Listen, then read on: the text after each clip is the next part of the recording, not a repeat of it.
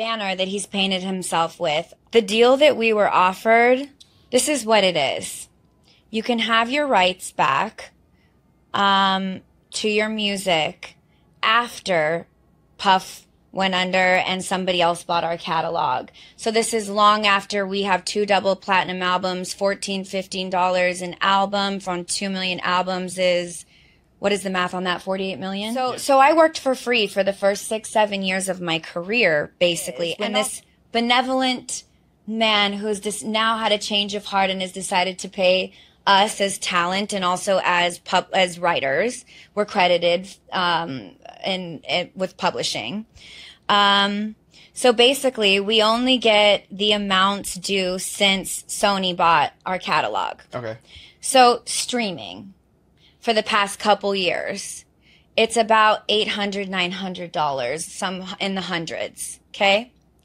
And in order to get that, I have to release him for any claims or wrongdoings or actions prior to the date of the release. I have to sign an NDA that I will never disparage Puff, Bad Boy, Janice Combs, or Justin Combs' music, or EMI, or Sony ever in public. Diddy is just literally known as the guy that doesn't pay his artists. And it's funny, and then you move on and you like something that he did on TikTok because he's funny. But for people that worked for 6 years of their life and entered an industry where somebody made, what, $48 million? Nearly $50 million? And we didn't even see a penny of that. And we were in thongs and 5-inch heels for years of our lives on stage. And not any of it did we see. You're presenting yourself as the benevolent God that's giving everybody back their music. You've turned down millions of dollars to give the millions back to the people. This is the honest to God. You can read from our attorney. Yeah. This is the honest to God agreement of what I'm being offered. A few $100s to sign away my rights to ever tell the story of what I went through again. Good afternoon. I pray that you're feeling blessed and highly favored on today. Getting right into things, man. So after seeing Diddy be honored with some award at the MTV Awards, I can't recall if it was the Lifetime Achievement Award or the Icon Award, man, something like that. But to somebody who actually came up in the Bad Boy Death Row era, it was cringeworthy to say the least. And the only one from that era that could get on stage to show Diddy some love was Mary J. Blige.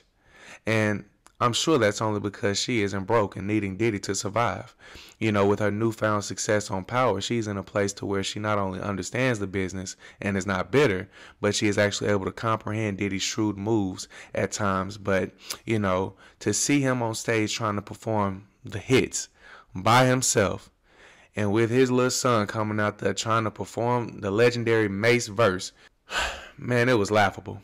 You know, Lord, it just confirmed to me that the rumors surrounding Puffy's name as to how he doesn't pay his artists and he oftentimes gets the better of them is absolutely true.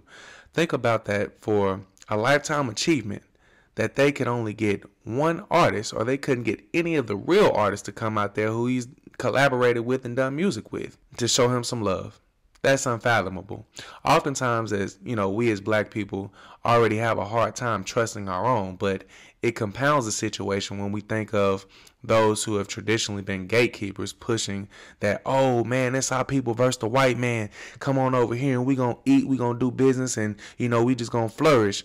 You know, it's bogus. And oftentimes they have been groomed or actually have stolen the game from some white man. And this is the very reason why they're having success. You know, I think of a Don King, and, you know, even bigger than that, a Sean Puffy Combs. Or if you even look at how NWA ostracized Eazy-E, because Mr. Keller actually took Eazy-E up under his wing and groomed him to be the businessman because he saw he had the mind for it. But Diddy obviously knows what he's doing from a media and business standpoint without question.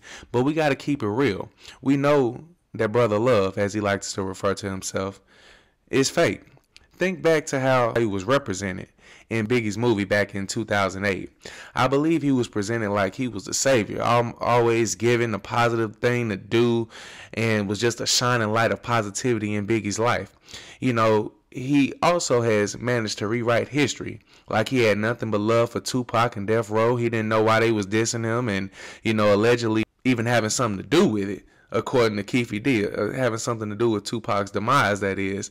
You know, but it is what it is. He acting like he never dissed Death Row, even though we clearly can go back and we see his bodyguard Gene Deal exposing you and telling you where to go so that you can actually see Diddy for who he is, you know. And he also has some other allegations on his name that we're not going to speak on. It is what it is. But I hear the complaints from Biggie's mother. I hear Mase saying Diddy wasn't right. I hear Black Rob, who died broke. I hear Craig Mack, who actually left the industry to join a cult. My God. You know, and I hear the lead singer from his old group, Danity Kane, coming out now and shedding some light onto some of the tactics that Diddy has used to maintain this image. Now, I'm not siding with no Snow Bunny versus a black man. Don't get that confused. But obviously, to Diddy's defense, these folks may just be bitter, scorned artists who didn't understand the business, but utilizing discernment, it certainly looks as if there was an element of truth in what the young lady was saying, or what she was presenting, as far as the NDI that Diddy wanted her to sign, to where they would receive the rights to their music at this point, which would only equate to a few $100 a month, you know, after the millions have already been made. I can see the play, you know, clear as day, and it's something a good businessman or a capitalist would do. And in return, you cannot speak on Diddy's name or make any disparaging remarks about him or his family. This is basically hush money so that Diddy's legacy can remain intact and he can push that brother love image, or Diddy, the benevolent, just wanting to give back and show love to his artists. It's a cold move, man. You know, oftentimes they say it's lonely at the top, and probably for these very reasons. You've had to step on so many to get to the top and to maintain your position. Diddy probably could care less about these individuals and just chalks it up as, hey, it's business. But you can't knock them for that, because usually it's only two sides. Oftentimes those with big hearts who really care about people usually end up with the short end of the stick and typically lose in business, almost as if everyone is using everyone and lobbying and jockeying for position. Everybody's scheming and plotting, but you know, it would seem as if it were worth it, even if you do got to stand on stage and yell, "Bad boy," by yourself. But that's my take on it. Y'all jump in the comment section, man. Let me know what y'all think. And until next time, certainly be blessed.